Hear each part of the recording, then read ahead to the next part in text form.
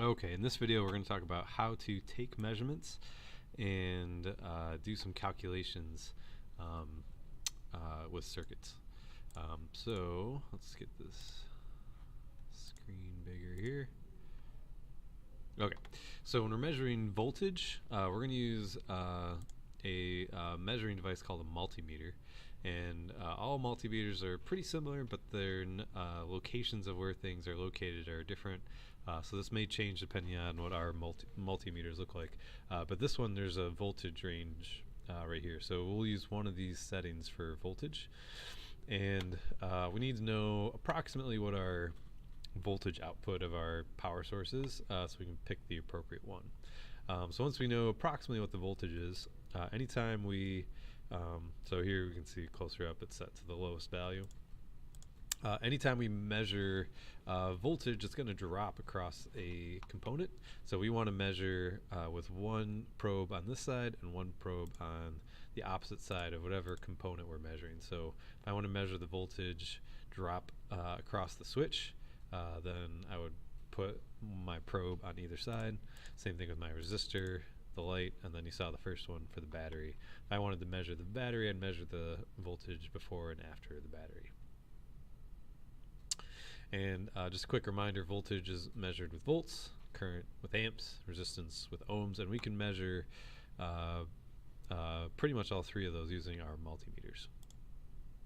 So to measure current, current is special. When we measure current, our multimeter has to be in the circuit. So we can't skip over components. It has to, we have to disconnect our circuit, hook it into our multimeter, and then our multimeter will complete the circuit in order for this to work.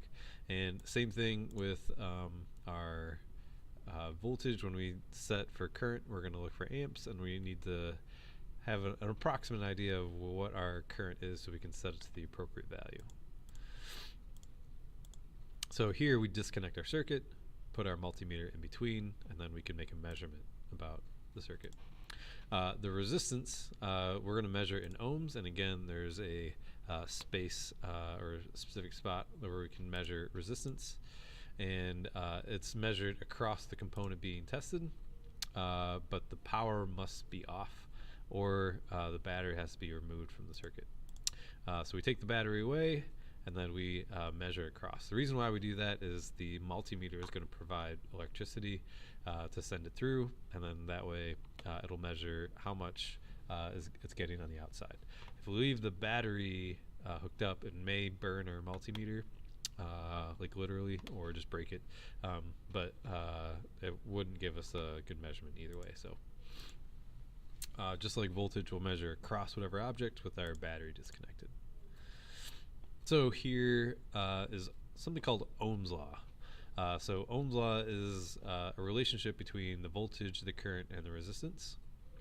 And the actual law states that the current in a resistor varies in direct proportion to the voltage applied to it, and it is inversely proportional to the resistor's value. So what that means, if we're going to put that in simple terms, it's that the voltage is equal to the current, which we represent with I, and I don't know why. There's a long story, I'm sure, about why it's I, but it's I, and then the resistance is R. So voltage is the current times the resistance. But we could rearrange it so that we could solve for I. So I, or the current, is the voltage divided by the resistance, or we could rearrange it for resistance, and it's voltage divided by the current. So this is a handy little thing. You can really do this with any formula. We put one side of the equation on top, the other side of the equation on bottom. And the way this works is if we know one of the three, or excuse me, two of the three, we cover the unknown. So let's say we wanted to solve for V. We're going to cover V up. And then so the two values that we have for current times the resistance, they're next to each other. So we're going to multiply in this case. So it would be I times R, which is the same thing we have here. So if we want to solve for I, so V is on top of R, so it's going to be voltage divided by R, and that gives us V, and then or voltage divided by I, which gives us R. So the circle is supposed to be a handy dandy way to remember, or You guys were, most of you were pretty good at math, so we're just solving for our equation. So here's an example. We have a flashlight that's using 6-volt battery with a resistance of 150 ohms. When the flashlight is on, how much current will be drawn from the battery? So here's our schematic. This is the symbol for our power source. This is our resistor, which is 150 ohms. Our battery or power source is 6 volts. So from that, we should be able to figure out all the information that we need. We should be able to figure out the current, which is missing. So we know from our formula, so this is the same thing from the previous slide, they just have it in triangle form. If I know my V, if I know my voltage, and I know my resistance, then if I take my voltage divided by resistance, that'll give me my current. So voltage divided by resistance, 6 divided by 150 is 0.04. So that is my current, 0.04 amps. So this is an important distinction in the two types of circuits that we're going to be dealing with. We could have a series circuit or a parallel circuit. In a series circuit, everything is connected, and the electricity, the electrons have to go through each component to get all the way through. In a parallel circuit, that is not true. We have independent circuits. So the electricity, let's say we're starting from this bottom point, could go through this one, it could go through this one, or this one, or this one.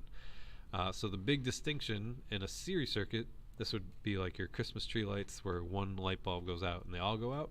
If you take this guy out right here, then electricity has no path, so everything goes out. In this one, if you take out one of these, electricity still has 3 paths to go through, so all of the lights would not go out in a parallel circuit. So your house is a mixture of both series and parallel circuits. You know which parallel circuits you are because each has its own breaker in your break box. So if you blow a fuse, all the lights on one series circuit will go out, but not all of the lights will go out in your house because you have a bunch of parallel circuits. So one room might be on its own circuit, so all the lights might go out in one room, but not in your entire house. So there's something called Kirchhoff's law, and there's the Kirchhoff's law for voltage and for current. So in voltage, the sum of all the voltage drops in a series is equal to the total voltage applied. So if we go back to this little scenario here, if I had multiple resistors, I would get a little bit of a voltage drop across each one, but the voltage drop across each one would add up to be 6 volts. So we'll practice that one for it to make sense. But for the current law, the total current in parallel circuits equals the sum of the individual branch currents. So let's look at an example of some of these to make sense. So again, we've got a series circuit.